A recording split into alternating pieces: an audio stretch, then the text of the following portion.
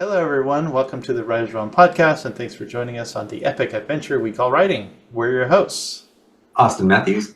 and Bob Adato, and Holly has the evening off. And today we're going to talk about indie publishing with Dhara Parekh. Hi. Hey. How are you? Good. How are you, Bob? Good, thank you. I'm so glad to have you on. How about tell us about you and your work? I am Darah. I am a science fiction author, indie science fiction author. I have been a writer almost all my life. I started with writing poems. I wrote on a blog, essays and social commentary. And then I started writing fiction in 2015. Started my first book and took me over 7 years to finish it. I published my first book, which was, I like to describe it as literary science fiction because it's more character driven and sci-fi is just the backdrop.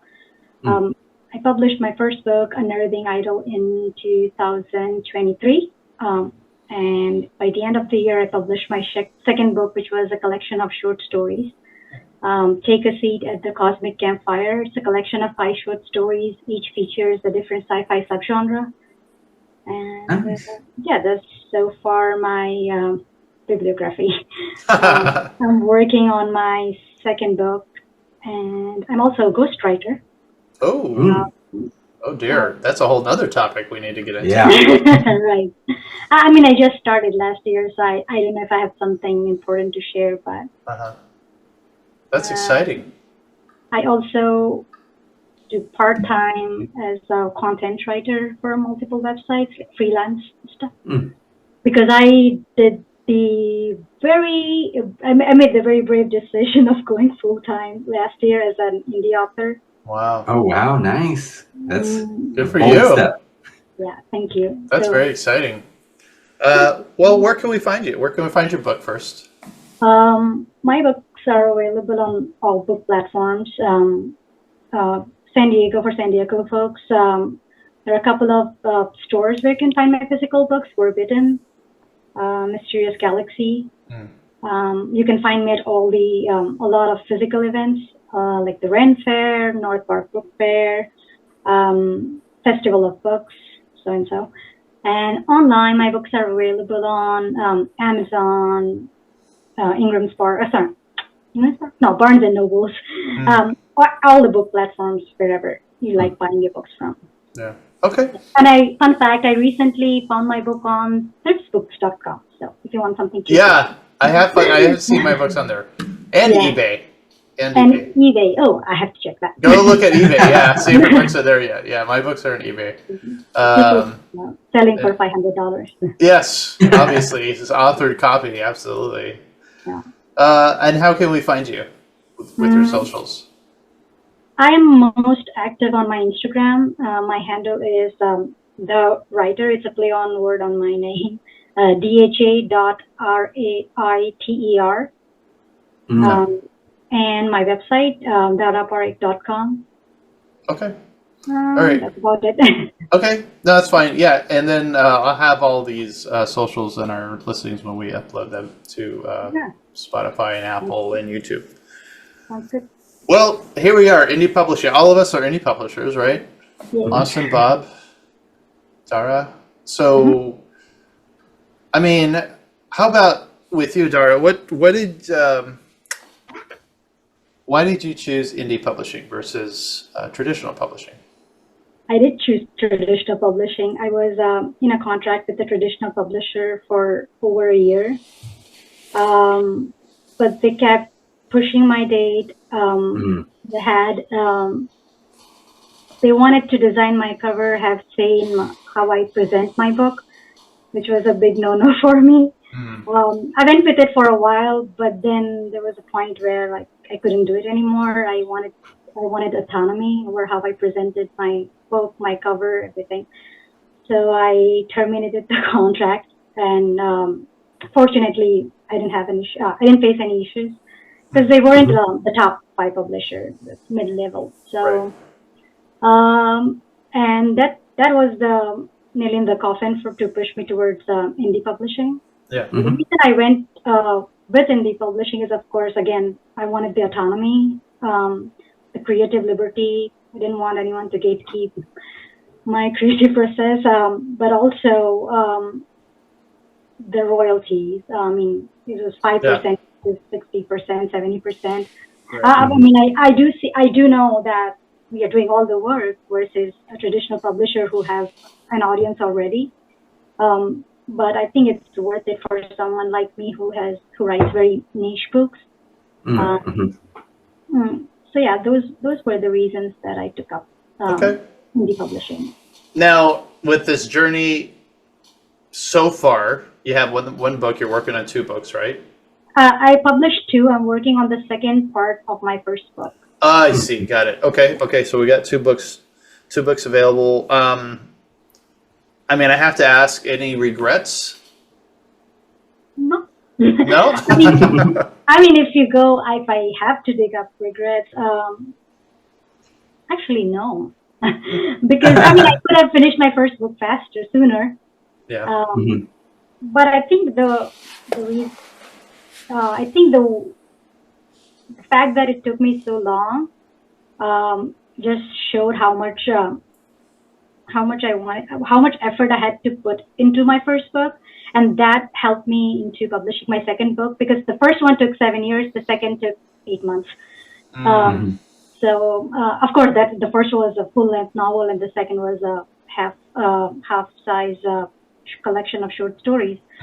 But regrets, I mean, yeah, I could have finished that sooner. I could have been better at marketing, maybe pre-orders and stuff. Tons of stuff I could have done. But I think I'm very happy with the way I was able to publish my first book. I mean, I wasn't even ready for self-publishing, and I just went with it. And within a month, I decided I wanted to do it, and I did it. So yeah, I'm happy so far. That's fantastic. Yeah. I have 4 books on. How about you? 4 books up on Amazon, indie published, and it's a lot of time, right? I mean, maybe the only drawback to what you're talking about autonomy is the drawback is time and money. Yeah, it's one of those things. It's like you get to do everything yourself, but you also have to do everything yourself. Yeah. It's like being an entrepreneur, like whole business. Right. Yeah. Yeah, you're right. That's what I kept reading is with indie publishing, there's 2 parts. There's the author part, and then there's the business part.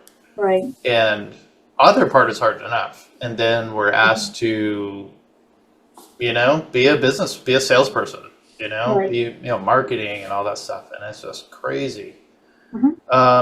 So there's a term called authorpreneur. Oh, yeah, that's true. Yeah. Right. Yeah. Now, when you were getting ready to indie publish, what was maybe a couple of big hurdles that you were looking at? I think the first time I did it, the whole process, like getting your covers ready, formatting the manuscript, especially for me, someone who edits until the end of the day. I'll keep editing if I can until my book is up on the platform. So I have to keep reformatting everything, which increased the length of my book, and hence I had to change the spine size, and that changed the cover and everything. Yep. I know that. So I think that's regret. There's one, do not touch your book once you have decided that this is I regret. I think I wasted a lot of my time because I kept touching my book even though I shouldn't have. Kept editing, kept changing stuff. Okay. Sorry, what was the question? No, that's fine. Yeah, just the big hurdles. Hurdles, yeah. So that was my biggest hurdle, because with the first book I kept changing until the end, and the process then worsened my process, and uploading the book, and the ISBN, right. That was my biggest hurdle too, because you have to upload them at the same time, because if you do it one by one, either of the platform wouldn't accept your book. Ingram Sparks and Amazon, you have to do it. So that was ISBNs were my second biggest hurdle. Yeah, those are the top 2 I can think of. Okay. Yeah, I mean, I think for new authors thinking about indie publishing, there's actually everything under the sun about indie publishing you can find either on YouTube or blogs or it's everyone's doing it. So everyone's very helpful with it. So when I was looking into it, I just started listening to podcasts and I just learned, it's a learning curve for sure, but it's very possible because everybody does it, not everybody, but a lot of people, a lot of people do it. A lot of people do it. And so book covers, did you get to design your own book cover or? The cover of my first book was designed by my brother-in-law. Oh, nice. I had the concept in my head ever since I started writing the book. So I just made a rough sketch and showed it to him. He brought his own new elements to it, which were fantastic. I love it. My second cover was designed by a designer, cover designer. Nice. Okay. Yeah. And so there's cover designers to be found everywhere. I found a couple on Facebook or on Instagram. I ended up just doing it myself because it's free. And I think that's something too to talk about is that we talked about, okay, you have to do it yourself, but you don't actually have to do it yourself. You're just responsible for making sure it's done. So hiring people to do book covers, to actually have a professional editor is super helpful. I think there's this idea that a lot of other people outside of the industry or the indie publishing industry, as it is, have about it. It's somebody just, slapped something together and put it out there. And that's not how it is. And so it's just we really are working really hard to make sure the quality is there on all of those things. We're just fronting. Especially when self-published authors and self-published books get such a bad rap, they're not designed properly, they're not smaller things. So you have to make extra effort to make sure you're at that level of traditional books. That's a great point. I mean, we should, right? As indie publishers, that should be the mark, I mean, I can make efforts to make it good quality, writing wise, to make it a good quality book writing wise. But when it comes to covers or when it comes to designing or formatting the book, of course I can study all the traditional books and make a guess. But then there are parts where you just cannot be knowledgeable about everything. So that's it gets tricky. Have to make sure it's right there. Yeah. And I think what you mentioned earlier about the regrets of, because I've done the exact same thing. I've changed the amount of pages I'm going to need in the book, and then you format it, and then you got to change the spine, and then you redo something else, and then you got to go back in there and do it again, and again, and again, and you're like, oh my God, I'm going to strangle myself. Oh, guess what I did? So I published my fourth book recently, just this past March last year, and that's a series, right? It's a series. Right. Yeah, Coil and Thing, and I'm looking at them right now because I'm an idiot. Because first of all, you got to look at what everyone else.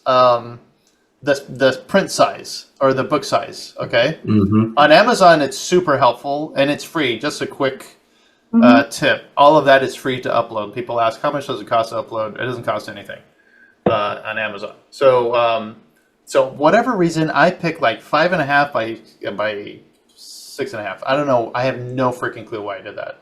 But now all my books are that size when they should have been 6 by 9. You want to know the size of my book? It's 8.25. I don't know why I did that either.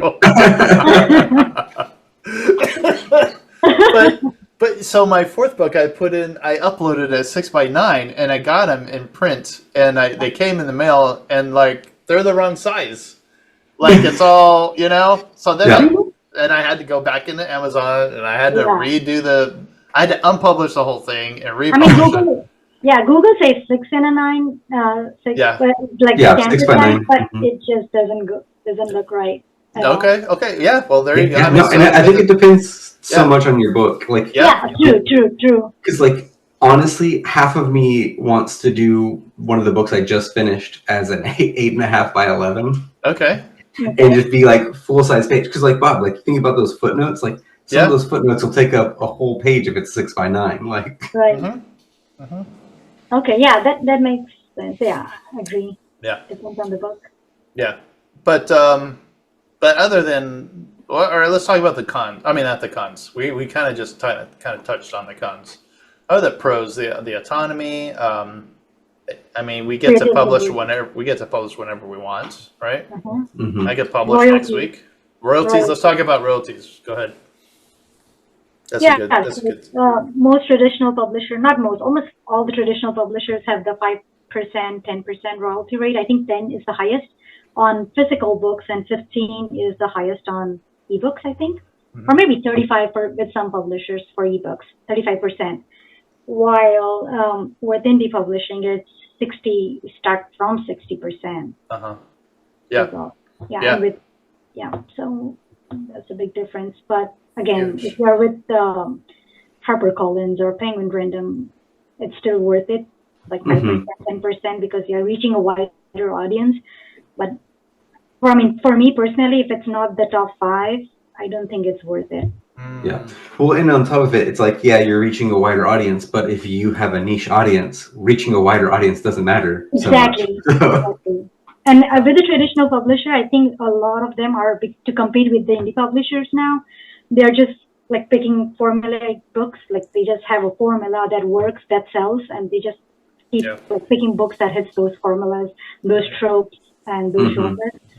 So a book like mine, which doesn't even fit in a perfect box, I don't know. I mean, I've been told by some of the readers to go with traditional publisher because it's a kind of book that doesn't sell much with self-publishing, but might reach audience. Like, I mean, I don't know if I'm there yet, but I've been told it's like the award kind of book, indie awards kind of book. So traditional publisher works, but I don't know. Yeah. Well, that's something like you're talking about. They're a business, okay, and they're in the business of making millions, and they have to look at a formula for what works. So right now, dragons are working, right? And so they're like, yeah, let's find books that are dragons. However, like let's say I give them a book, they love it, it's about dragons, and they're like, yeah, this is going to come out in 2 years. So like, well, who knows what the market is in 2 years? You know? I get that too. Yeah, like because that's not coming out next week, man. That's got to get in line behind all the other books that are being pushed out, right? And also with traditional publisher, a lot of we hear about the success stories, but there are many authors who publish with traditional publisher, and they have like contracts where they pay you advance for 500 books, and if they don't sell 500 books, they either like take the advance, like cut the money and take the advance back, or they send you the 500 books or something like that. Right. It's not like a foolproof method. Like it doesn't always work. True. Yeah, and I think that's something too. Is like you have to be careful with like, okay, if you're just querying random publishers, it's like, you know, you might get into some weird contracts and stuff like that, as opposed to like being with the big 5, where it's like, oh yeah, you might be stuck with, you know, a lot of the downsides of the indie publishing with like none of the perks of, you know, traditional publishing. So you really got to be careful. Yeah, they're like I think they're called small press publishers, something like that. I forgot. Whether they're just basically helping you to self-publish it. Or vanity. Yeah, the vanity publisher. There you go. Yeah, that's the one I was looking for. Yeah, I mean, if they're asking you for money, that's a pretty big red flag. Yeah, that's a good point. Just for like at this point, I just wanna I feel like it's just scam. It kind of is. Yeah. I mean, they'll publish it. You know, I don't want to diminish. Yeah, there might be some ethical vanity publishers, but I mean, I don't see. Right. It's nothing. Yeah, I mean, it feels like it's basically, you know, it had a purpose before you could do all those things easily with, you know, Ingram Spark and with Amazon, like that. Their kind of usefulness is, I feel like, mostly gone as a vanity press, but you know, maybe there's a niche out there. Yeah, I think you put it very well, Darah, that when these vanity publishers, you give them $5,000 to $7,000 for them to do all the work for you, but but that's not the way publishing works necessarily. Like they give you the money, okay? Like when you do the work for indie publishing, I mean, I'm giving the editor money to work, and I'm giving the you know, my formatter money to format, but like I'm the one making the money. But in those things, that they're the ones making the money. So it's really, You know, like I had a buddy, his wife really wanted to publish, and she was asking all about this, and I warned them about vanity publishers. And then guess what? They went with vanity, and I said, "How much are they charging?" Oh yeah, just like you said, $7,000, and they're gonna want more. They said in about a year or two, and I was like, I could have done it for 5. You know, like give me the $5,000. Yeah. I'll do all this for you. Good Lord. Yeah. Just go on Fiverr, find yourself somebody who's like, oh, I'll format it for you or whatever to, Amazon standards. Yeah. And boom, get out a lot cheaper that way. Yes. Yeah. Yeah. Yeah. So there's book cover And you designers. know what? I mean, like we were talking about the bad rap that the self-published books get, but in the last 3 or 4 traditionally published books that I've read, not back to back, but in the last year, a lot of them had typos. A lot of them had They do, yeah. errors. So I recently also came across traditionally published books that were terrible. But they are only publishing it because it sells, and their standards have gone way down. And these are all 5 big publishers that I'm talking about, like top 5. Yeah. And then, and one of them was like this really popular science fiction author. I forgot the name. I mean, I shouldn't keep the name. Yeah. But one of his books had typos, and it was published by Penguin Random. Yeah. Yeah. And not just one typo. I couldn't have catched just one. Yeah. There were multiple. Yeah, and I mean, I feel like that's encouraging for me as like an indie publisher. It's like, okay, I'll be reading like one of my favorite authors, like in Brandon Sanderson's work. It's like, oh, hey, look, there's typos, and it's fine. Like it happens. Like we miss those things, That's but hard. I think people need to understand it happens at every level because we're human. Right. Yeah. I mean, that's how. I mean, I write my book. I self-edit, and then I give it to 3 other people, friends and family, for them to proofread it, and then it comes back. I fix those errors, and I send it to my editor, and she fixes some typos, and I get it back, and I publish it, and guess what? There's still typos in there. Yep. So, and that's what editions are for. Yeah. They're one of the reasons you have to keep like editing the book until the end. Like, just keep finding stuff. Yeah. Not just typos, but I could have done this better. And Yeah. Yeah, that's why I always like doing like the text to speech like one last time before I like hit that little submit button, because I'm like, let me hear it, and then I'll probably pick up new typos that way. Okay, that's a good one. Yeah, I like that. Yeah. How about Darah? I got a question for you. What was the thing that you spent the most money on with indie publishing, if anything?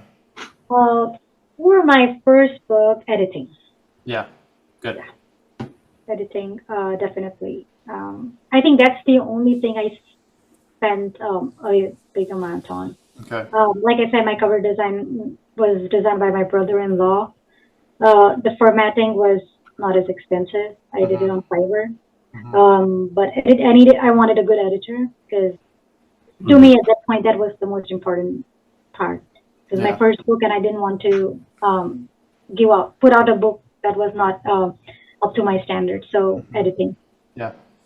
Yeah, and for me that was about $1,200, and she's fantastic. And but that's if anybody's interested, I would say spend most of your money in editing. Please don't settle for yourself, and don't settle for Grammarly or some other IA. Like you need a real person to go through that thing.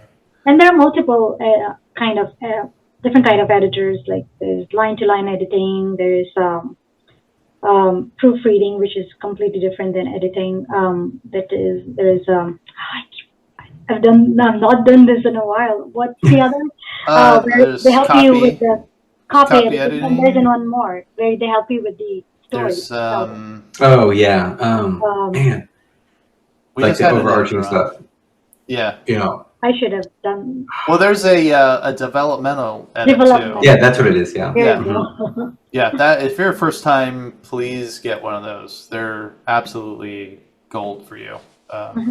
Just so you kind of know and get the feel. Because I think what you said, Darah, was perfect we're trying to get at that same level. We don't want to be amateur, right? We don't want to turn in an amateur cover, amateur editing, amateur story, because you're not going to get picked up again. Like if somebody reads your book and like, wow, that was wacky, they're not going to pick it. I mean, just like what we're talking about, that's for everybody. we want to stay at that level, and we can. That's the best thing. It's very possible to do that. Yeah, and I think too, like we had talked about it, I think on another episode where it's like, okay, paying somebody to have a really cool cover is like, it's great. It'll get people to buy your the first book, but the editor is going to get people to buy your second book. Yeah. True. Yeah. So good cover, good editing. Do we want to talk about marketing? Because that's a whole new episode, I think. Yeah, I just can't. And that's the reason a lot of writers hate marketing. It's just polar opposite to our nature, like sometimes, right? Or to our very nature. Like I hate selling myself and my books. I mean, I'm learning it. Like I've learned that it's not have to do it, of course. And the fact that you are putting your book out in the world, it means that you want people to read them. Yeah. Which eventually means you want to sell more books, and there's no shame in saying buy my book. Right. But it took me a while to get there. Yeah. I think the thing that I've come to just appreciate is like the quick, like this meets this pitch, and like, I don't do very well on like social media. Like I can't. I don't know. I'm of a generation where I'm like, I don't even want to have social media. But like talking to people, I'm like, oh yeah, it's like this and this. Like that's kind of where I'm at. Like I want to give you the quickest version of like, are you interested or not? So yeah. And there are. I feel like there are a lot of companies that can help with marketing, but I want to be very careful with that, because when I started on Instagram, I'm mostly on Instagram, and when I would promote my own book, I would get a ton of offers, messages, hey, let's promote your book, but it's going to cost money, and you got to be careful because we don't know where their market is, Right. Exactly. Yeah. Because like that'd be great, but like I don't, what I mean? Like I don't know if those are all going to convert to buyers and readers, and so I don't know.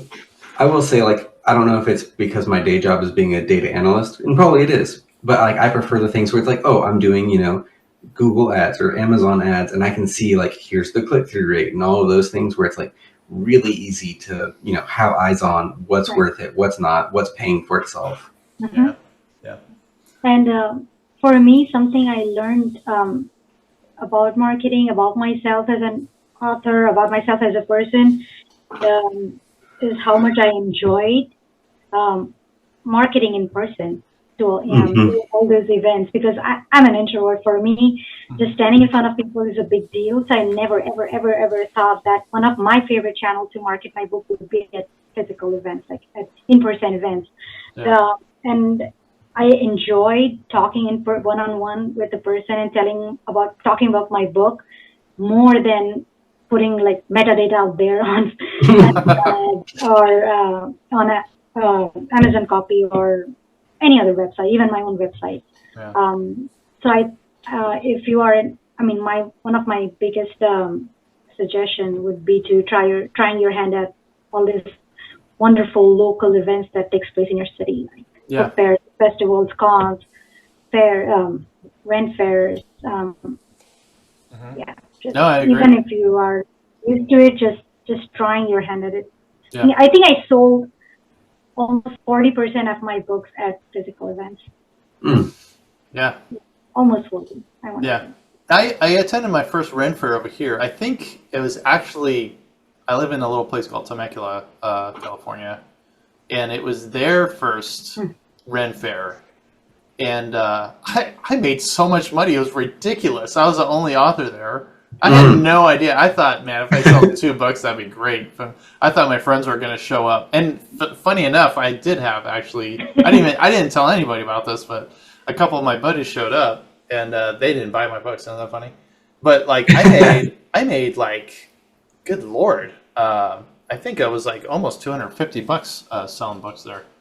That was insane. I just did not see it coming. But right.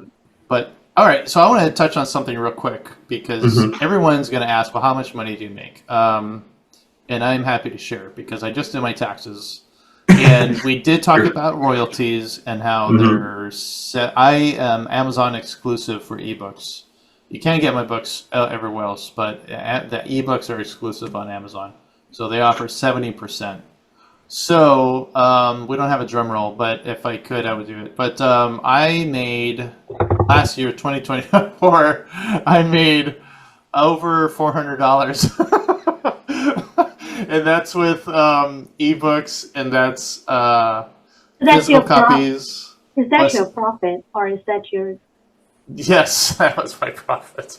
Okay. That was and oh no, no, actually it was more. It was more than that. It was probably more closer to 600. Because I just forgot about what I just said about the cash. So that was cash, Square, and ebooks. So probably close to $600 for the whole year. Now, how much did I spend as an author? Was over $4,000. With websites and conventions and everything else. So I'm on the negative side, but I mean, I'm just trying to be helpful for those. Yeah. We're all curious. So I can share mine. So I last year went real heavy into Kindle Vela. And so that's where I did my publishing last year. So I had to, because they shut it down, so I had to like repackage all that and get it all formatted and do that whole thing, which I was happy to avoid doing Kindle Vela. And which, for those people that don't know, it's the serial publishing. So you're publishing a chapter at a time.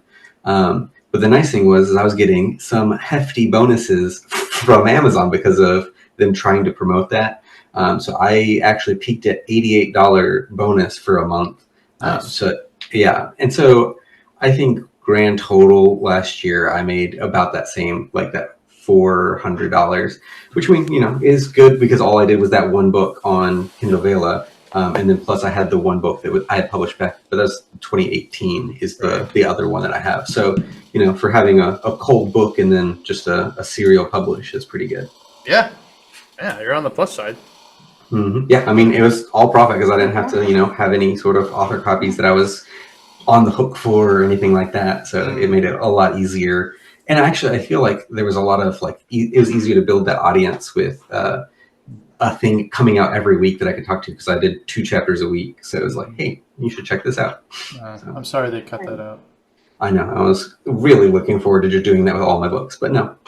Yeah, that's good. That's funny. But yeah, so go ahead. No, I was just saying, like with mine, I definitely made profit my first year, but that's also because I was not taking big risks, Yeah. which I should have. But I plan to do that more from this year, 2025. Now that I know a lot about how things work, especially with ads. Yeah. Yeah. It can be. So that's what we're now. It's just kind of like the other side of the coin. I mean, like we're talking about, we get to do whatever we want with our books, publish, and the way our characters work and everything else. But we are responsible for making money, and like I made that much money. I didn't do any marketing. Which you can do. There's definitely ways to do that, and some people are really good at it.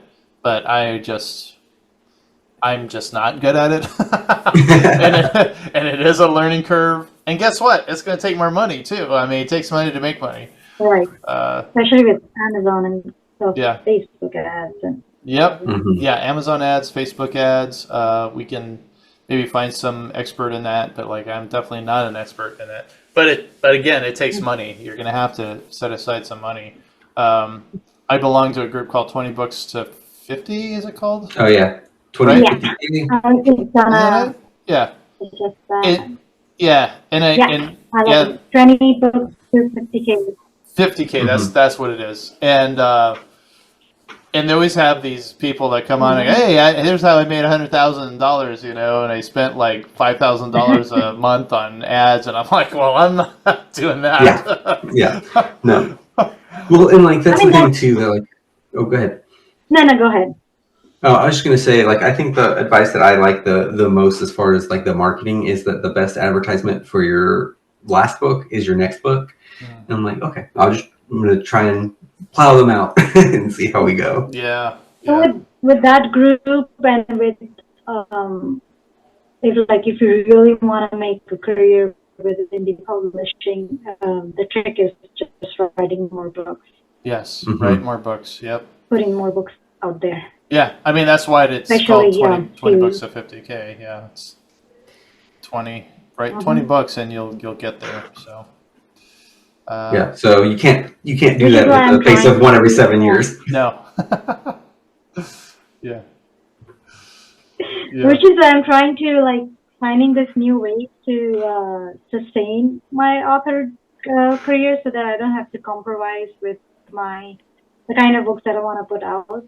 Mm-hmm. Like it's impossible for me to publish like one book or two books or three books, or even more than one book, I think, a year. Well, with the kind of book that I usually write, especially like the kind of book I first published, it's impossible.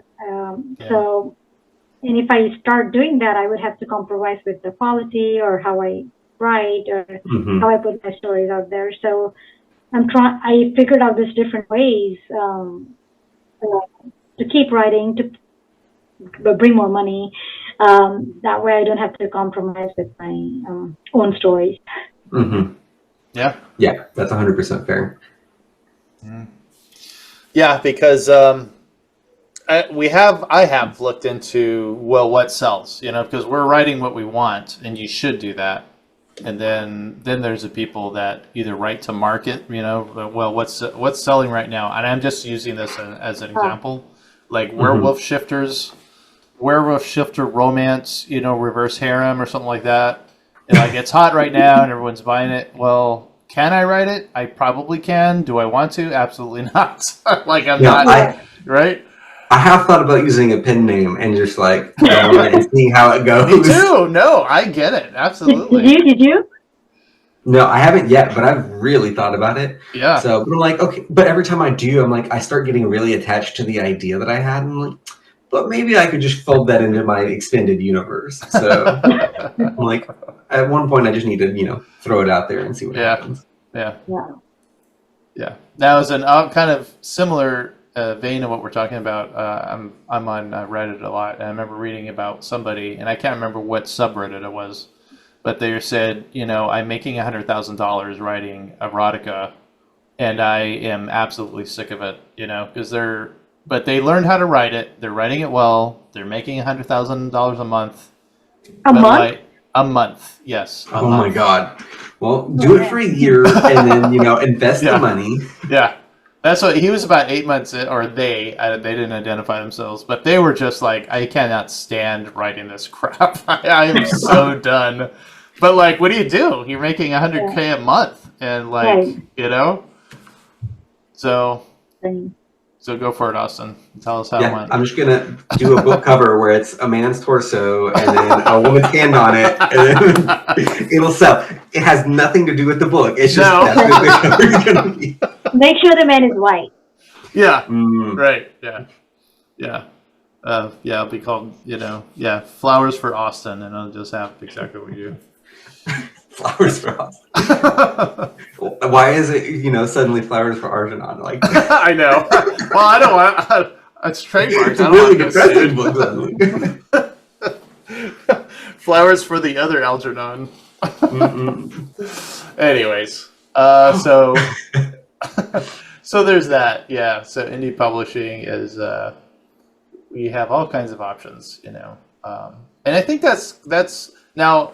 Dara, you're writing science fiction, right? And then you're writing a second book for the first one. So what's the second book what's your other book about? So my first book is part of a series called Asymptote Universe, or Asymptote, not the way you pronounce it. Yeah. It's a series of 7 books. The first 3 would be back-to-back trilogy. And the other 4 would be like a spin-offs and spin-offs, like for the it would be about other characters, and there would be a prequel. The 4th book would also be the prequel, Okay. how the world came together, things like that. It's about. Did you ask me what it's about? Yeah, I Yeah. didn't know if you're writing kind of different, like standalones, like you have a sci-fi, you have No. a So the Western second book that fantasy, or the second book is my third book is the second book of the series Asymptote okay, Universe. okay, Mhm. And like I said, I like to describe it as literary science fiction. It's about two misfits trying to find their place in society, with contrast between a utopian asteroid colony and a dystopian Earth. Hmm, And it opens dialogues about collectivism and social identity and what it means to not fit in. nice. I So the like that one. second book is a continuation from the Okay, first. okay, But the first one reads great as a standalone book as well. nice. Mm. Yeah, but yeah, as indie publishers, we can write whatever we want. Like I feel like when Stephen King wrote Carrie as his first one, and they're like, "Yep, this Mm-hmm. is great. You need to keep writing horror." And at some point, he's like, "But I want to write a crazy fantasy, something called Or Dark time Tower." travel. Or time Yeah, travel. yeah, or time. You know what I mean? Like, nope, you're stuck. You can't. I remember that he wrote something else, and they were like, "No, you can't come out with more than one book a year." Oh yeah, so he made a pen name. Yeah, so he And made a so pen Yeah. that's name, Richard Bachman, and he's like, Mhm. "Well, yeah, I can actually." But like, well, with indie, if you feel like jumping off, like I'm writing steampunk, my next series is more likely going to be urban fantasy, and Mhm. then I have a bunch of other standalones all lined up, so you can write whatever you Yeah, want, pretty much. Yeah. yeah. But So like my did first one you? is oh go ahead. No, go ahead. I was just gonna say like my first one is epic fantasy, and then one of the ones I'm working on right now is it's sci-fi as like the skin of it. It's the same universe, but it's like a different part of it. And so it's like, oh yeah, it's a spaceship traveling through and swallowing stars in order to fuel it. So Mm. Yeah, Yep. there's like kind of like the Patternist or Pattern Master series by Octavia Butler, where the first book is, I mean, there's sci-fi, but there are like some of the books in the series are also fantasy. So, mhm. but it's the Yeah. same series. Yeah. So That's that I great. kind of just say like it's a fantasy world, but like depending on where you are, it's like okay, I've got a murder mystery series in it, and it's like okay, there's also all this stuff going on because you have subgenres and all that stuff folded in. So Yeah. What I was saying was that, of course, as a writer, I'm tempted to write book in different subgenres and genres as well. But I learned that, especially when you're writing with just all these books from with the same name or with the same pen name, hmm uh, Amazon or all these book platforms, they have like algorithms to hmm push your book to a certain kind of audience. So if I publish, my first two books are science fiction. Uh, they have trained my profile algorithm to push that book to sci-fi readers or books that are similar to mine. And then if I come up with, say, hmm historical fiction, it just confuses them, and then it Mhm. like plays with, sort of Mhm. messes up your algorithm, and you lose your audience or something like that. So Yeah. yeah, no, I that's 100% fair. yeah, so I think if I would want to write something other than science fiction, I might have to try a different pen name. Okay. Yeah. And so like that's the thing is like I always have those same elements though. So it's like even though it's, sci-fi, there's eldritch horror in it. So it's like it's Yeah, still but gonna be sci-fi like fantasy is very close, SFF. exactly. Yeah, Yeah. It's not like I'm speculative suddenly fiction. coming out with like a philosophy book and Yeah, trying to play the same name. I mean they call it speculative fiction, hmm combining both of this genre, Yeah, sci-fi. exactly. Yeah. Okay. Yeah. So lots of autonomy. Going to take some time, learning curve, but everything is there. Every resource you'll ever need can be found on YouTube or Mm-hmm. podcasts. Because all of us want to help each other. So Right. um, yeah, formatting. There's so many little things that like, well, what do I do about what? How about bookmarks? Where do I get bookmarks? So you can make your own bookmarks, and that's what I find fun. I don't know why I'm talking about this all of a sudden, but like I love making my own bookmarks. But it's just a blast, right? Oh, I mean, and of course, we're talking about indie publishing, we got to talk about your own brand. I mean, you got to make a brand for yourself, like your name. Some people have a really nice, logo for themselves, and Mhm. Yeah, because we're selling ourselves. But that's the best thing about indie is we don't have to have somebody make it for us and then they decide, no, this is going to be it. Like, no, we get to decide, what it's going to look like. And it's fun. Right. I'm having a good time. So, all right, how about closing segment? We're going to talk about how don't do this when indie publishing. And this should be easy because we were talking about this before we started the show. And we all have like deep regrets of spending too much money or mistakes or whatever. So or not spending enough money. or not spending enough money. Don't do this when indie publishing. And I have a long list of whatever you do, don't do this. Can you also give like advice that you don't follow yourself? Don't follow I mean, yourself. Yeah. Just advice that I you mean, don't I have follow. pointers that I know that are objectively very useful, but I don't follow them. Mm-hmm. I mean, I couldn't follow them. Yeah. For me, one of the don'ts would be don't be ashamed to be a good salesperson for your own work. Mm. Tell people, okay, this is what I wrote. Do you want to buy it? Or do you want to give it a go? Or something like that. So. Can you say that again? Don't be ashamed. So what? Don't be ashamed to be a good salesperson for your own work. There you go. I still find it hard to talk more about my book. I should talk more than I am doing it right now. Mm-hmm. I don't use my social media enough. I just feel like I am invading the space, like people's feed. If I'm talking it about on my Instagram, I just feel bad, like saying, "Hey, here's my book" or something like that. And I've been told that that's not how it is. Like people, if people like your book, they would want to know about your book. Or people like. Yeah, I think that's one of my like. Don't undersell yourself.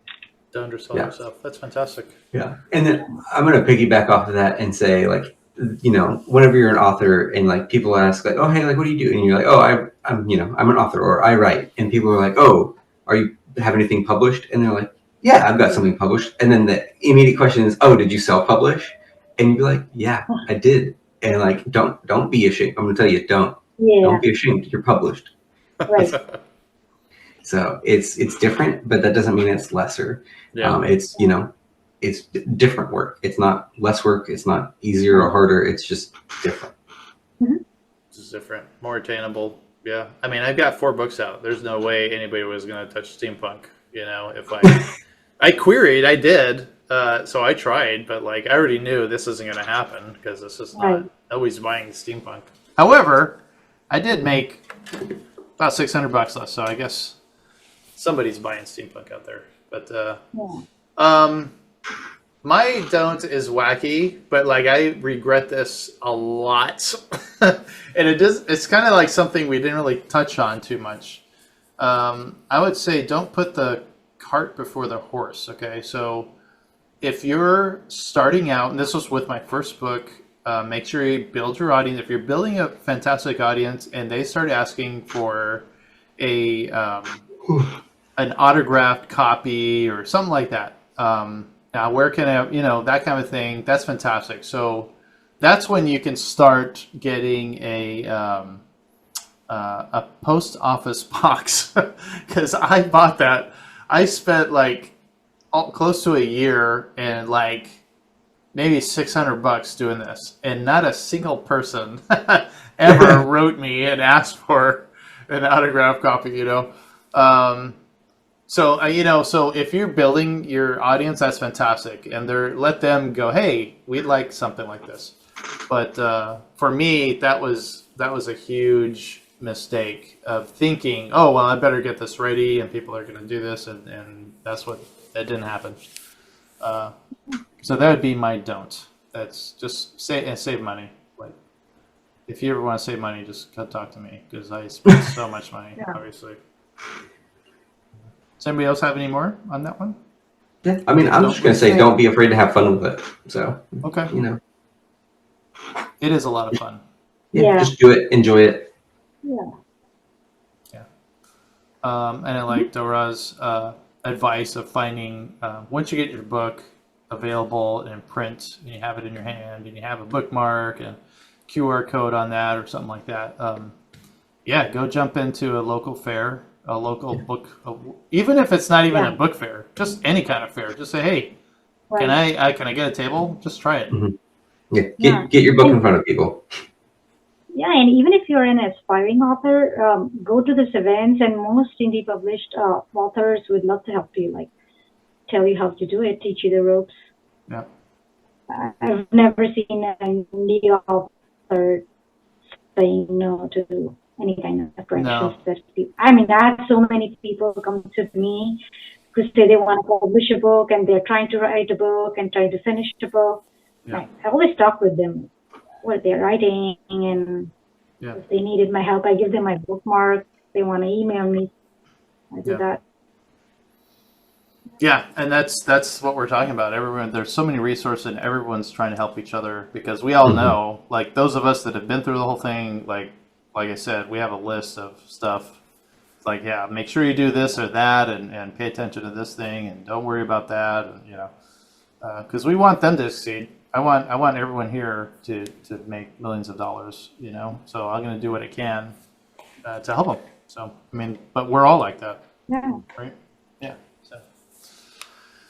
Well, Darah, sorry, go ahead. Another reason I'm very, I'm so sorry. I think my internet connection is terrible because I'm like 5 seconds behind. That's okay. But, what I was going to say is the reason I'm skeptical about giving my don'ts. Oh, sorry. Yeah. The reason I'm so skeptical about giving away my don'ts or giving don'ts is because at first when I started, I had a lot of don'ts, like don't do this, like don't don't dive too deep into the rabbit hole and figure like all the little semantics and little things before you just get your book out there and then figure out stuff and things like that. There are many things. But I've learned that every author, every book, every story is different, and what works for me might not work for someone else. Sure.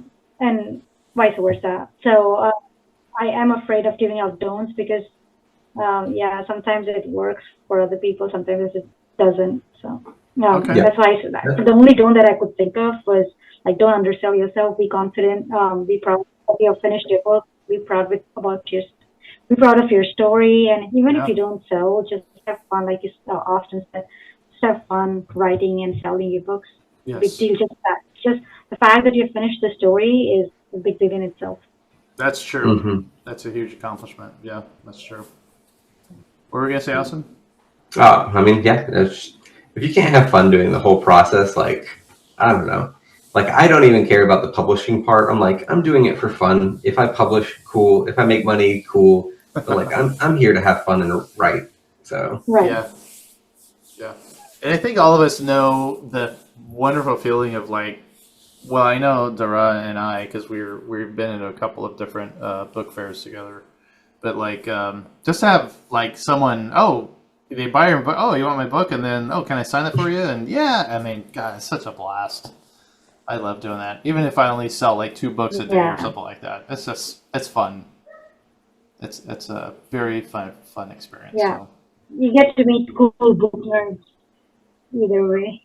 Yeah. Yep. All kinds of cool people out there. Yeah. Well, Darah, we loved having you on. Thank you very much for being with us. How can people find you? Thank you so much for having me. It was an honor to be here. I had fun. And as I said, you can find me on Instagram. My handle is dha.raiter, the writer. And my website is Dhara Parekh, my first name, last name.com. And I don't have a pop-up, but if you go way below my website, there is a box where you can sign up for my newsletter. And I always tell people about how if you sign up for my newsletter, you're signing up for irregular updates because I'm too busy to spam or to even send out like one email every day. It's usually one email a month or 2 months sometimes, just me updating about my writing journey or sharing something nerdy. Yeah. So yeah, if you like that, those are the 3 ways you can connect with me. Okay. Thank you. Perfect. Yeah. We definitely. We have somebody talking about newsletters coming up pretty soon, so that's going to be good. Newsletters are very, very important when you're indie publishing. Right. Okay. Well, thank you, Tara, again for being here with us. Thank you for joining us, and I'm so glad we got. So I'm so glad. Whoa! What's the next? What's the next event you're going to be at in San Diego area, right? Oh yes, so there's going to be a very, very cool book event. The second Book and Wine Fest in Vista, California. Yeah. I went to that event last year. We had a blast. It was just 8 authors, 8 indie authors. It was at a winery, so you can get a glass of wine, buy books from local authors. I don't think I'll be able to make it to that event this year because I'm occupied with something else. But it's on March 8th at Travel Hills Winery in Vista, California, Book and Wine Fest. Yeah. And then I'm going to be at the Spring Rent Fair in Escondido the last week of April and the first of May. Last week of April. I need to write that down because I didn't know about that one. It's the Escondido Ren Fair. Escondido Ren Fair. I will be at the. Yeah, it's the Escondido Ren Fair. Okay. Okay. I'll And look the into Autumn that one. Ren Fair, the Fall Ren Fair every year, and I go to the. Okay. Yeah. Okay. Sorry, we are cutting each other off because I don't know why we are. I'm sorry. But yeah, so Escondido Ren Fair. No, I think it's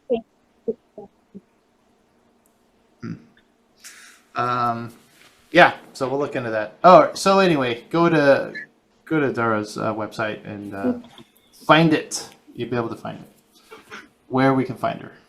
So don't forget to subscribe. Don't forget to subscribe to our channels at the links below so you don't miss any of the Writers Room content. We always love to hear from our listeners. So if you have a question or topic you want us to dive into, get in touch. I can't even read my own writing, so thank you very much. But again, Dara, thank you very much. We'd love to have you on that book launch, okay? all right. But anyways, thank you so much, everyone, for joining us, and have a great... Get back to writing. That's what you need to do. Bye. Yeah. Bye.